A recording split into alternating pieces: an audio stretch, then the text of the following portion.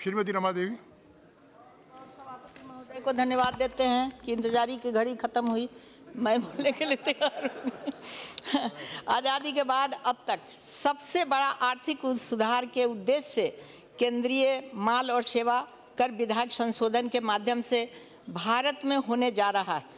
इस कानून पर दशकों से बहस हो रही थी, कुछ पक्ष में थे, कुछ विपक्ष में भी थे, परंतु सदन के इस बार देश के राजनीतिक दलों के बीच अभूतपूर्व सामंजस्य और आपसी सहयोग का साक्षात दर्शन हो रहे हैं। माननीय प्रधानमंत्री जी एवं वित्त मंत्री जी द्वारा इस बिल की गति और साक्षात रूप से देने का जो प्रयास किए हैं, उसके लिए पूरा देश उनका ऋणी है। इसके लिए 10 सालों से लंबित इस विधेयक पर चर्चा कर देश विकास एवं राष्ट्र हित में जो कदम उठाए गए हैं, उससे देश की जनता और आपको अपने को गौरवान्वित महसूस कर रही है। जीएसटी की दरें न तो आम आदमी पर बोझ डालेगी, न ही राज्यों को नुकसान होगा। वस्तु एवं सेवा कर लागू होने से वस्तुओं के दामों में कमी आएगी और भविष्य में कर की दरें कम होगी। इसका सीधा फायदा आम आदमी को मिलेगा। केंद्रीय उत्पाद कर और राज्य के वैट की दर करीब 30% तक है, जिससे नया केंद्रीय कर आने पर 10 से 12% की कमी आएगी। एक राष्ट्र एक कर का नियम लागू होने के कई फायदे हैं, लेकिन सबसे बड़ा फायदा यह है कि आने वाले दिनों में अप्रत्यक्ष कर की दरें घटेगी। आज निर्माण क्षेत्र में देश भर में 30 से 31% कर वसूला जा रहा है। जीएसटी लागू होने पर यह दर घटकर 18 से 20% हो जाएगा और इस तरह निर्माण क्षेत्र पर कर का बोझ कम होगा। देश में जीएसटी के लागू होने से देश के करों में एक रूपता आएगी और राज्य में लगने वाले वैट समेत विभिन्न अन्य करों में लोगों की बड़ी राहत मिलेगी और एक समान एक कर से लोगों को करों को समझने और उसके भुगतान में काफ़ी सुविधा मिलेगी और अब उद्योग चलाने वाले और व्यापार करने वाले लोग करों के झंझट में न पड़कर अपने कारोबार पर ज़्यादा ध्यान देंगे और देश में उद्योग और व्यापार एक क्रांति लाएगी। इस बिल के लागू होने पर देश में विदेशी और देशी निवेश का प्रोत्साहन मिलेगा।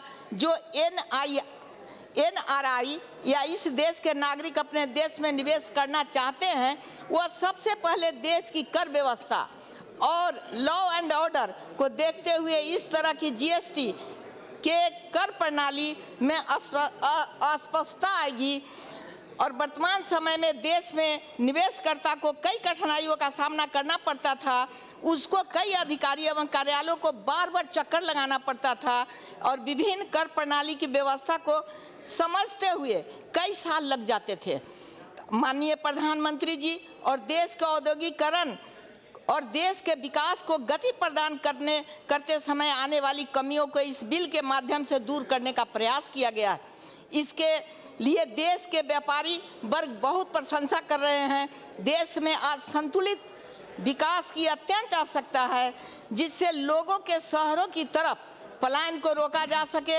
इसके लिए देश में जो पिछड़े जिले हैं, सरकार ने उन जिलों की पहचान की हुई है, वहां पर उद्योग लगाने के लिए प्रयास किया जाना है। और मेरा संसदीय क्षेत्र शिवहर जो है, जो कि औद्योगिक, शैक्षणिक और जीवन स्तर की दृष्टि से बहुत ही पिछड़ा हुआ है।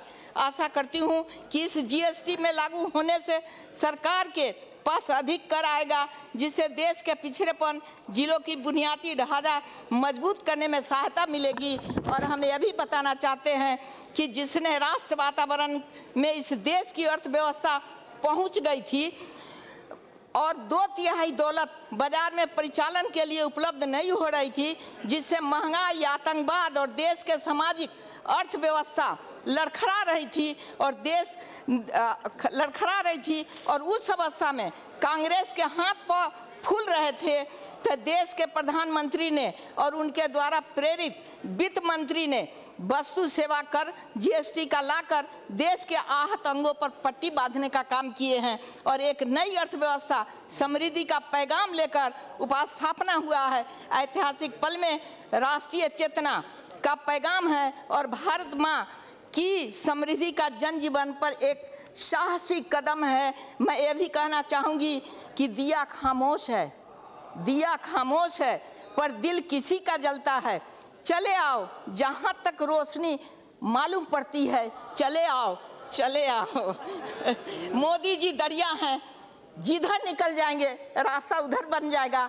ये हमारा सोच है, सबका साथ सबका विकास, ये हम लोग का ये पूरा साथी है। धन्यवाद। श्रीमती